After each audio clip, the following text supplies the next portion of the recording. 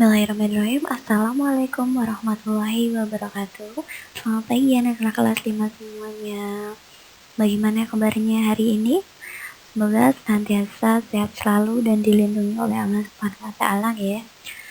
Nah, seperti biasa hari ini kita akan membahas tentang materi keteladanan Nabi Ibrahim alaihi wasallam untuk mata pelajaran akidah akhlak ya. Anak-anak sudah siap belum nih? Pastinya sudah ya. Oke, sebelum dimulai, marilah kita membaca basmalah bersama-sama dulu ya. Bismillahirrohmanirrohim. Oh ya, jangan lupa ya di like dan di subscribe.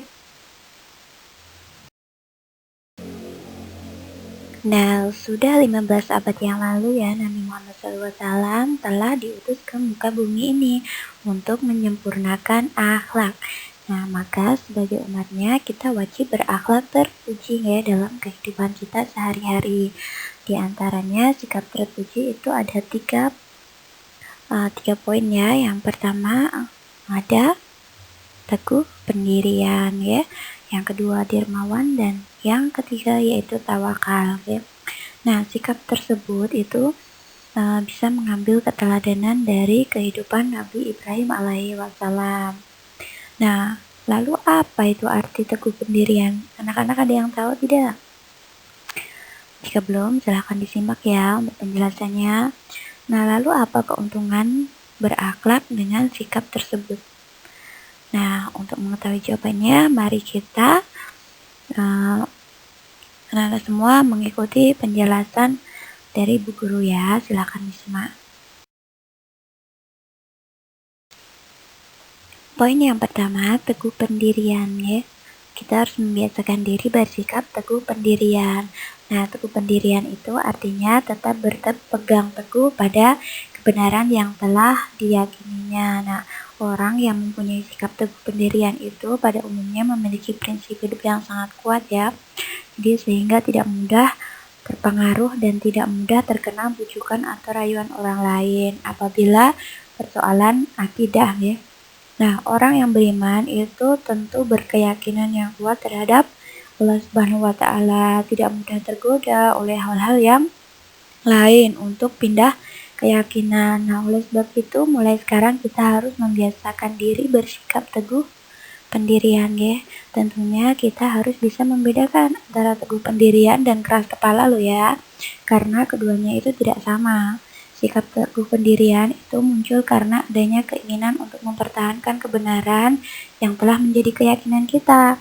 Nah, orang yang memiliki sifat ini itu menginginkan adanya perubahan ke arah yang lebih baik ya. Nah, sedangkan keras kepala itu lahir karena menuruti hawa nafsu ya, dan cenderung tidak mau berubah menjadi yang lebih baik dan tidak memedulikan kebaikan bersama. Nah, setiap orang itu selalu mengharap keberhasilan dalam melakukan sesuatu usaha, ya atau ya. Nah, kunci keberhasilan seorang muslim itu adalah harus teguh pendirian. Nah, dengan sikap seperti itu, seorang muslim yang memperoleh keberhasilan itu tidak akan membanggakan diri dan tidak mudah berputus asa ketika usahanya mengalami suatu kegagalan, ya.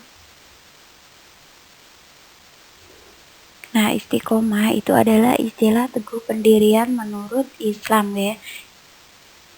Nah, dalam kisah Nabi Ibrahim alaihissalam itu telah diriwayatkan tentang keteguhannya dalam memegang keyakinannya kepada Allah Subhanahu wa taala. Walaupun dia diusir dari desa oleh ayahnya sendiri, dibakar oleh Raja Namrud, tetapi keyakinannya tidak akan berubah ya. Pada akhirnya Nabi Ibrahim alaihissalam mendapat kemuliaan di sisi Allah Subhanahu wa taala ya. Nah, anak-anak masih ingat tidak dengan cerita Masyitoh? Nah, dia beserta keluarganya itu tetap bersikap pendirian ya akan keyakinan kepada Allah Subhanahu wa taala. Walaupun keluarganya satu persatu itu direbut ke dalam kuali besar oleh Raja Fir'aun. Nah, bahkan anaknya yang masih dalam gendongan ya atas kehendak Allah Subhanahu wa taala bisa berbicara untuk memantapkan keyakinan dan tetap teguh pendirian pada keimanannya, sehingga Allah Subhanahu wa taala membalasnya dengan surga ya. Kemudian ada cerita lagi, masih ingat gak kalau kisah Pangeran Diponegoro. Pangeran Diponegoro itu ya dengan sikap keteguhannya itu lolos dari tipu muslihat penjajah, sehingga sampai akhir hayatnya tetap berpegang teguh pada agama Allah Subhanahu wa taala. Apapun rintangannya tetap cinta tanah air dan berjuang untuk kemerdekaan Indonesia. Nah, dari penjelasan tadi anak-anak sudah memiliki teguh pendirian belum nih? Nah, untuk mengenali sifat teguh pendirian itu perlu diketahui ciri-ciri ya. Ciri-ciri teguh pendirian itu sebagai berikut. Yang pertama, keyakinan kuat dan tidak mudah goyah, ya. Yang kedua, mempunyai pendirian yang kokoh. C, selalu optimis dan tidak mudah putus asa. Selanjutnya itu tidak mudah menyerah, dan yang terakhir tidak mudah terpengaruh oleh bujukan atau rayuan orang lain. Jadi tetap kekeh sama apa yang dianggap dia benar. Nah, berikut ini hal-hal yang perlu dilakukan agar memiliki sikap teguh pendirian ya. Yang pertama yaitu berteman atau bergaul dengan orang-orang yang mempunyai sikap atau sifat teguh pendirian ya. Dan yang kedua, mengambil contoh dari kisah-kisah orang-orang yang mempunyai sifat teguh pendirian ya. Contohnya tadi Siti Masita, kemudian Pangeran Diponegoro dan lain sebagainya. Kemudian membiasakan sikap berpikir kritis sebelum berbuat. Jadi sebelum berbuat kita harus berpikir terlebih dahulu ya. Yang terakhir, berhati-hati dalam mengambil suatu keputusan atau tindakan. Jadi ketika kita mengambil tindakan jangan sampai gegabah. Nah, berakhlak itu berarti menanamkan sesuatu dalam diri kita sendiri ya, yang bisa berdampak pada orang lain atau lingkungan sekitar kita. Nah, akhlak akan menimbulkan akibat yang sangat panjang melalui proses kehidupan di dunia ya, bahkan sampai di akhirat. Nah, ibarat kita menanam padi, itu akan memanen padi juga kan. Nah, jadi jika seseorang menanam kebaikan dengan akhlak terpuji, itu insya Allah maka akan memperoleh hikmah yang besar ya, yaitu kehidupan menjadi terpuji. Nah, hikmah yang dari sikap terpuji teguh pendirian itu yang pertama ada tidak mudah dipengaruhi oleh orang lain untuk berbuat yang kurang baik ya. Yang kedua, tidak mudah diajak untuk berbuat buruk. Ketiga, percaya pada diri sendiri. Selanjutnya, mudah menerima ajakan yang baik. Dan yang terakhir, dapat mempengaruhi orang lain untuk berbuat baik pula.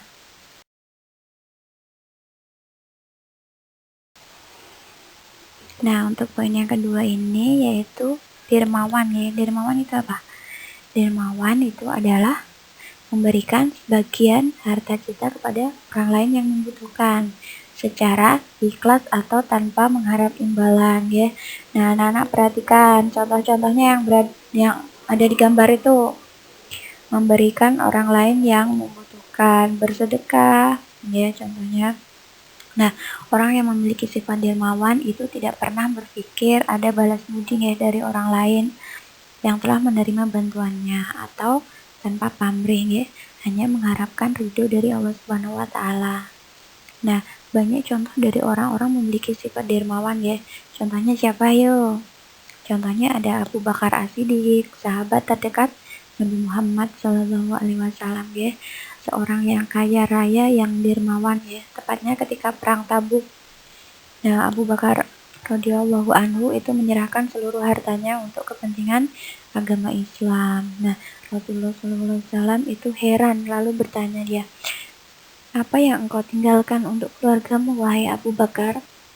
Kemudian Abu Bakar menjawab, aku tinggalkan untuk mereka Allah Subhanahu wa taala dan Rasulnya, subhanallah ya. Nah, di samping itu Abu Bakar juga banyak menyedekahkan hartanya untuk memberi budak-budak kemudian dimerdekakan. Contohnya siapa? Siapa? Salabah ya. Utsman bin Affan, sahabat yang sekaligus menantu Nabi Muhammad SAW, juga terkenal orang yang kaya raya dan sangat dermawan. Nah, Madinah saat itu dilanda kekeringan. Sumur Rum milik orang Yahudi, satu-satunya sumber air untuk kebutuhan orang Madinah, itu airnya dijual sangat mahal oleh pemiliknya. Nah, pada akhirnya sumur tersebut dibeli dengan harga mahal oleh Utsman bin Affan. Nah, sejak itu penduduk Madinah bebas mengambil air sebanyak mungkin untuk keperluan mereka secara gratis. Nah, pada perang Tabuk, Utsman telah menyedekahkan 900 ekor unta, 100 ekor kuda, juga ribuan dirham untuk menanggung sepertiga dari biaya perang ya. Nah, harta yang sebenarnya adalah yang dibelanjakan di jalan Allah Subhanahu wa taala ya. Islam itu telah mengajarkan sifat dermawan. Nah, dengan sifat dermawan tersebut, syiar Islam menjadi lebih maju dan mudah berkembang ya.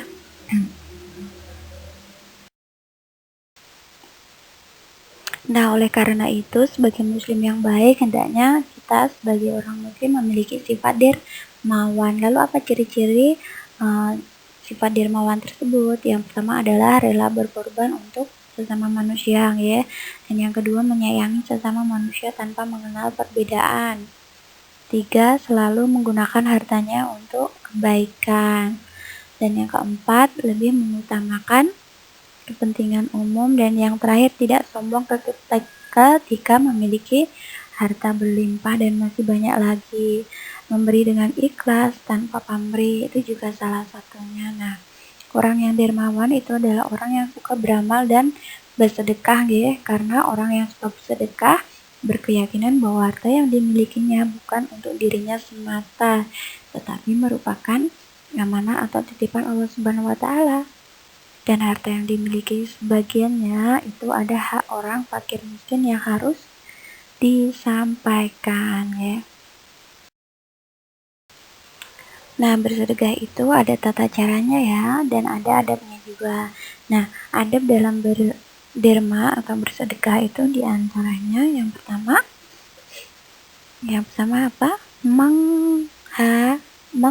Merahasiakannya agar terhindar dari sifat riya ya. Kemudian yang kedua, menampakkannya dengan tujuan mendorong orang lain untuk bersedekah. Kemudian yang ketiga, melupakan sesuatu yang telah disedekahkan ya. Jadi ketika kita sudah menyedekahkan ya, kita tidak usah mengingat-ingatnya kembali ya. Sudah ikhlas tanpa pamrih ya. Ada lagi memberikan harta yang terbaik atau yang paling dicintainya. Nah, kemudian ada tidak menipu-nipu pemberiannya dan menyakiti orang yang telah menerimanya. Itu tidak boleh ya. Nanti jatuhnya jadi riya, bukan dermawan lagi.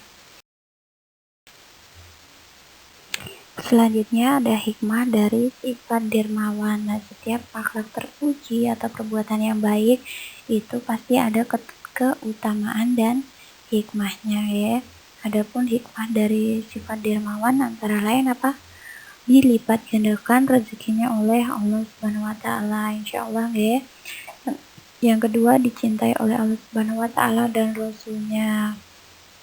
Dan yang ketiga, dicintai dan disukai oleh masyarakat. Yang keempat, menghilangkan kesenjangan sosial. Dan yang terakhir, dijauhkan dari kesulitan dan mendapat kemudahan. Dan masih banyak lagi, mendapatkan keberkahan, kehidupan menjadi lebih baik ya. Insya Allah selama kita ikhlas ya. Dan yang poin terakhir atau yang ketiga yaitu tawakal. Nah, tawakal itu artinya menyerahkan segala sesuatu kepada Allah Subhanahu wa taala setelah ikhtiar atau usaha yang maksimal ya. Nah, orang yang bertawakal itu adalah orang yang ikhlas dan benar-benar berserah diri sepenuhnya kepada keagungan dan kekuasaan Allah Subhanahu wa taala. Nah, orang yang bertawakal itu akan senantiasa bersyukur jika mendapatkan keberhasilan atau meraih apa yang diinginkan, serta senantiasa ikhlas dan sabar apabila mengalami suatu kegagalan ya.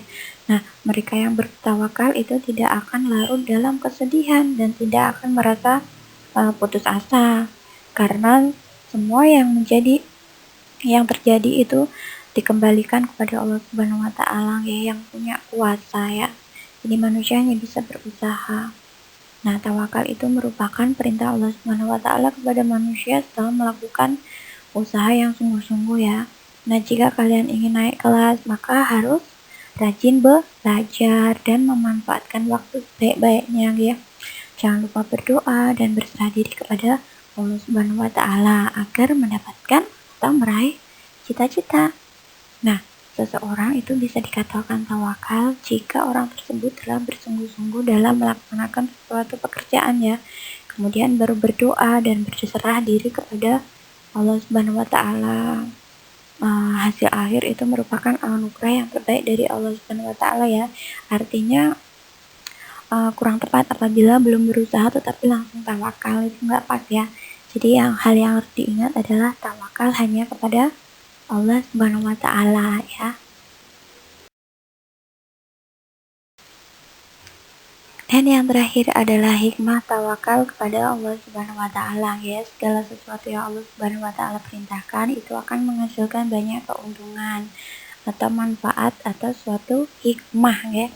Nah, adapun hikmah memiliki sifat tawakal diantaranya yang pertama apa?